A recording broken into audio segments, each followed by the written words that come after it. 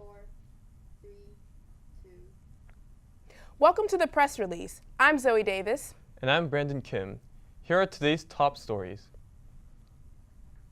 In Israel, Secretary of State John Kerry's ceasefire proposal for Israel was rejected unanimously by Israel's Security Cabinet today. Kerry's plan called for a temporary truce to give both sides time to hold indirect talks regarding the border closures of the Gaza Strip.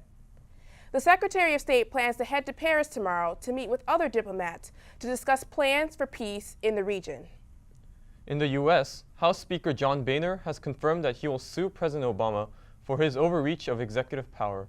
Earlier today, Boehner's lawsuit against the delay in certain Affordable Care Act provisions passed in the House Rules Committee. However, in response to recent calls for impeachment by Sarah Palin and other Republicans, Boehner said that, quote, "This is not about impeachment." In other news, French troops found no survivors on Flight 5017 that went down on Thursday in Mali.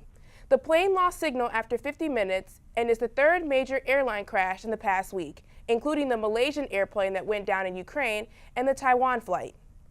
Efforts to retrieve all the bodies for identification are still underway, as well as the investigation to discover the cause of the crash.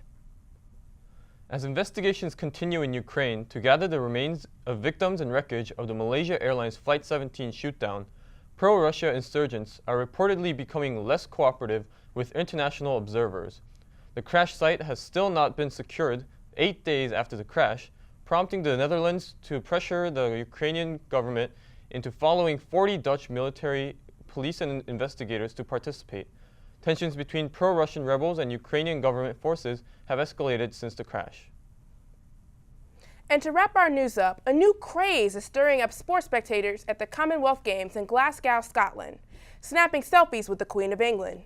The first selfie, featuring the Australian hockey players Jade Taylor and Brooke Paris with the Queen, has received hundreds of retweets and favorites and has inspired copycat attempts.